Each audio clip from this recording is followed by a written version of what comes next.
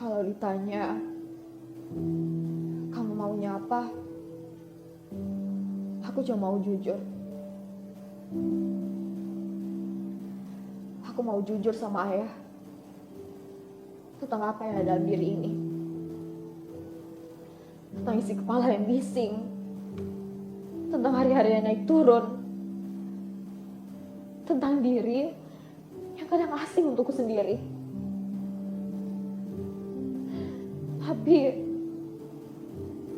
rasa takut itu selalu muncul. Karena aku lihat kalau itu ayah yang semakin menua. Ayah yang sakit tak kunjung reda. Aku takut. Aku takut kalau jujur kau menjadi beban untuknya.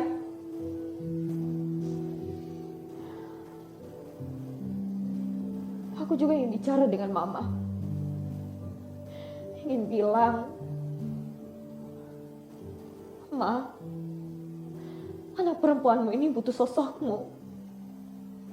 Sama seperti Dede, sama seperti Abang, yang bisa bermanja, bisa bercerita, bahkan bisa marah tanpa dimarahi balik.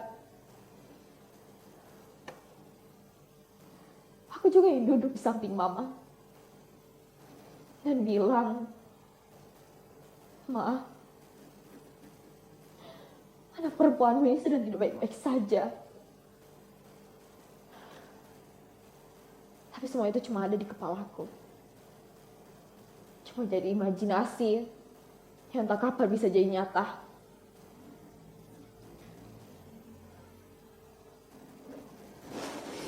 Karena setiap kali aku mencoba untuk speak up, Mama pasti tersinggung, marah. Seolah-olah apa yang aku rasakan ini adalah kesalahan yang besar. Padahal aku cuma ingin didengar, Ma. Aku cuma ingin merasa bahwa aku juga pantas untuk dimengerti. Bahwa aku tidak harus sebodoh untuk bisa dicintai. Aku tahu aku ini rumit. Aku tahu aku tidak mudah dipahami. Tapi aku juga tahu, Ma, aku ini sedang berjuang. Aku berobat di poli jiwa bukan karena aku gila. Tapi karena aku mau sembuh. Karena aku masih ingin hidup. Masih ingin merasa baik-baik saja. Meski kadang cuma sebentar.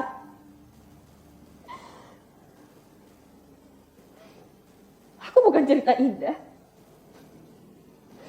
Tapi aku tetap layak untuk didengarkan. Aku cuma ingin sekali saja tidak merasa sendirian di rumah yang seharusnya menjadi tempat yang paling aman.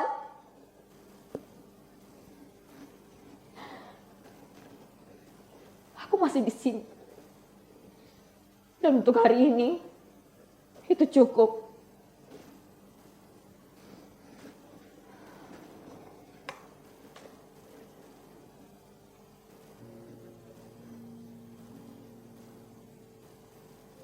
Tapi, siapa tahu ya, besok Mama bisa menerima semua hal yang ingin aku ceritakan. Memberikan pelukan hangat, yang penuh dengan kasih sayang.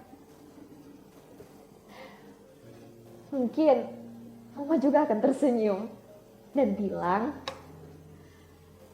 tidak apa-apa, Nak. Mama akan dengarkan.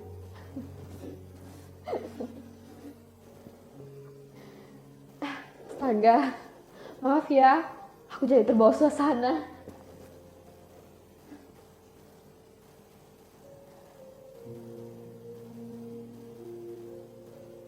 Aku kenapa ya? Kenapa aku seperti orang yang haus banget akan kasih sayang? Kenapa aku selalu mencari tempat di mana aku bisa diterima dengan baik?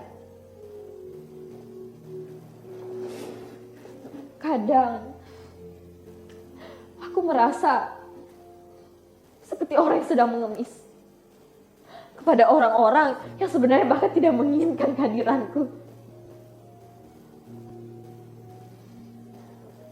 Tapi ada satu hal yang perlu kalian tahu. Bahwa sejauh ini, aku tidak pernah menuntut apa-apa dari siapapun.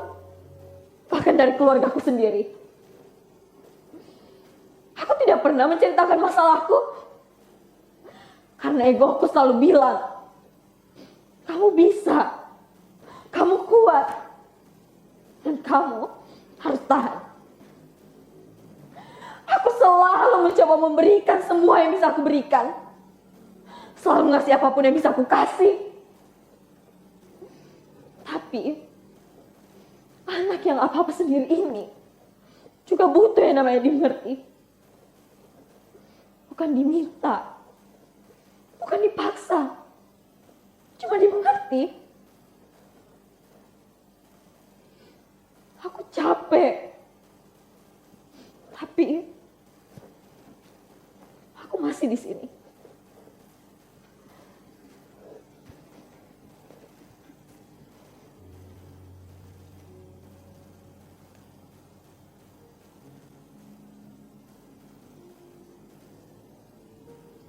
Ayah. Ayah. Aku sakit ya. Ayah. Aku sakit.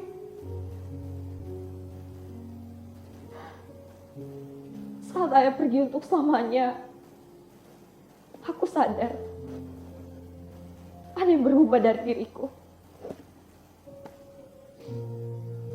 Tanganku sering gemetar, ngomong belibet, panik tiba-tiba, ngelamun, overthinking, nangis tanpa alasan, rambut rontok, badan udah lelah, sakit.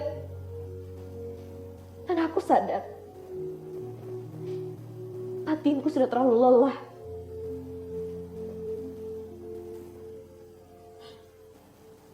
Ayah,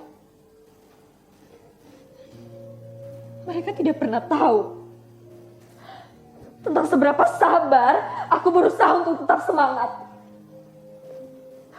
Tentang betapa sulitnya menjaga pikiranku tetap utuh.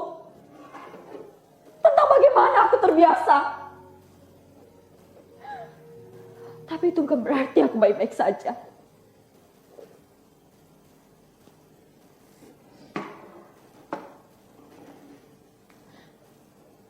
Aku tidak sekuat itu ya.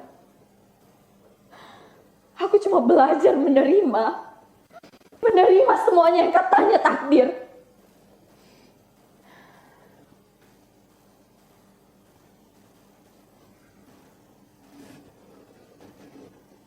Kemarin, waktu aku antri di loket pendaftaran, ada anak kecil datang menghampiriku. Dia mengajakku bermain, dan aku senang sekali. Tapi, tak lama kemudian, ibunya datang. Ibu itu bertanya, mau daftar di poli apa, Dek? Dan saat aku menjawab poli jiwa, ibu itu langsung menarik anaknya, menjauh dariku. Seolah-olah aku ini adalah penyakit yang menular. Ayah, kalau mama tahu, apakah mama akan seperti wanita itu? Apakah mama akan menjauh, meninggalkanku seperti aku ini adalah sebuah aib?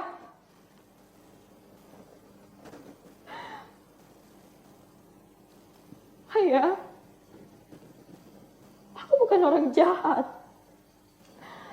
Aku cuma orang yang sedang berusaha bertahan hidup dengan cara yang berbeda. Aku cuma ingin didengar. Aku cuma ingin tidak ditinggal lagi.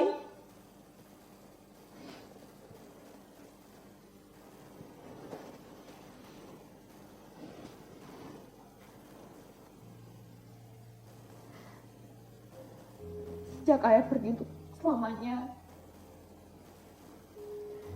Kini rumah bagiku tak lagi berbentuk. Bukan dinding, bukan atap, bahkan bukan pelukan hangat manusia. Kini rumahku adalah pena ini dan kertas-kertas ini. Rumah yang tidak pernah menyuruhku menjadi siapa-siapa. Rumah yang tidak pernah memarahiku, meski seringkali aku mencoretnya tanpa arah, merobeknya dalam amarah, bahkan membasahinya dengan air mata yang tidak pernah sempat bicara.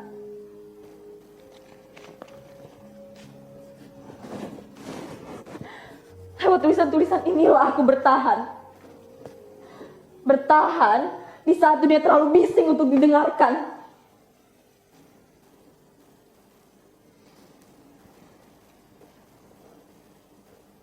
Saat aku ikut event menulis cerpen, aku tidak pernah mengira bahwa tulisan-tulisan kecilku ini bisa berarti bagi orang lain. Mereka bilang, dari karyaku mereka tergerak. Mereka berani bermimpi. Bahkan, kini mereka berani hidup.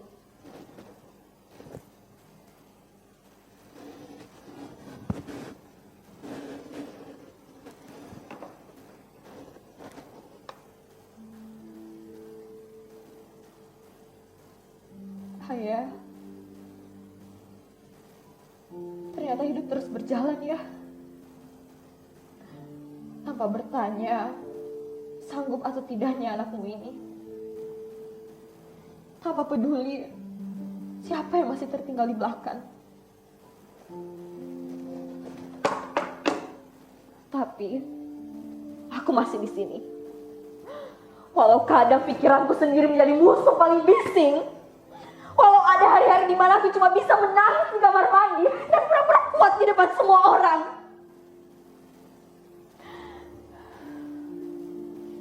Aku mungkin tidak normal menurut kalian semua. Tapi aku tetaplah manusia. Aku cuma butuh waktu. Bukan penghakiman.